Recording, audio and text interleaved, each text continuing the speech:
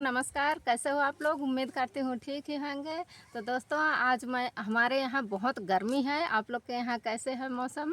इसलिए मैं आज आई हूँ नींबू का बागान में। ये देखिए शरबत बनाऊँगी, शरबत पीने के लिए नींबू का बागान में आई हूँ नींबू तोड़ने के लिए। कितना मस्त फला हुआ है। और आप लोग के यहाँ नींबू नहीं हो तो बताइएगा, कोरियर कर दूँगी।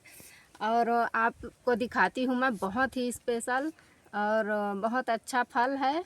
आप लोग देख के बताइएगा। और आप लोगों को ज़रूरत हो तो कमेंट में भी बताइएगा। ये देखिए यहाँ है पपीता का पेड़ फला हुआ है, और आप लोग को ज़रूरत हो तो बताइएगा।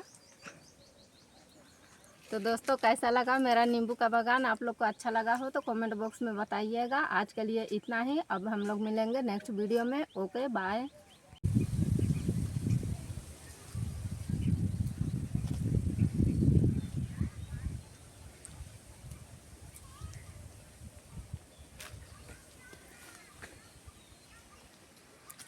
धूप